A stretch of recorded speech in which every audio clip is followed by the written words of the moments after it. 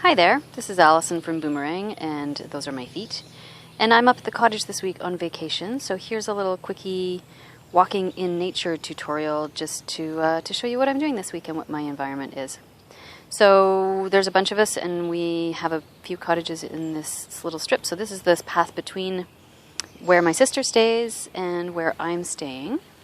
And this is a brilliant opportunity for me to stop calf stretching in the artificial environment of the studio and to start actually applying that by walking over an uneven surface that's covered in roots and leaves. And the work that we've done in the studio gives me the foot pliability and the ankle capacity to manage all these different little sticks and roots and twigs and natural pieces of the environment.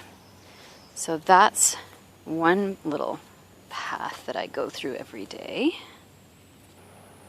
This is the path between the cottage where I stay and my cousin's cottage next door. This one's more jungly. I like this one.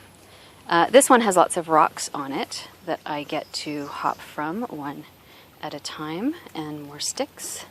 So here I get to play with balance as I transition from rock to rock. I don't have to. I could walk on the ground if I felt like it, but it's all about variety, right? Making the most of the situation that you're in. So I get a little hill to go through, and then I emerge from the jungle back out into the grass. This is another path from cousin to cousin. This is a great one because there's some variety that I can choose from. I can either walk from tree stump to tree stump. Mostly what I end up doing is walking along the pea gravel because this is not something I get the opportunity to do all that often. Or I could do some balancing, and I can come over here and I can walk on the logs that are used to contain everything. When I was a kid, we used to come up here for a couple of months at a time, and I was barefoot, rain, sun, whatever the surfaces were, and I can remember how weird it was, what a strange feeling it was to put socks and shoes back on at the end of the summer.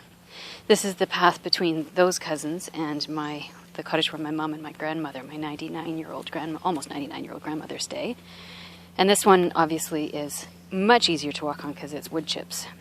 But even wood chips, for people who don't spend a lot of time outside, can be a little bit challenging in terms of sensitivity to the bottoms of the feet. So the more often you expose your feet to varied surfaces, the easier it is to maneuver with them. And then we have some paving stones that we can do some precision jumping from.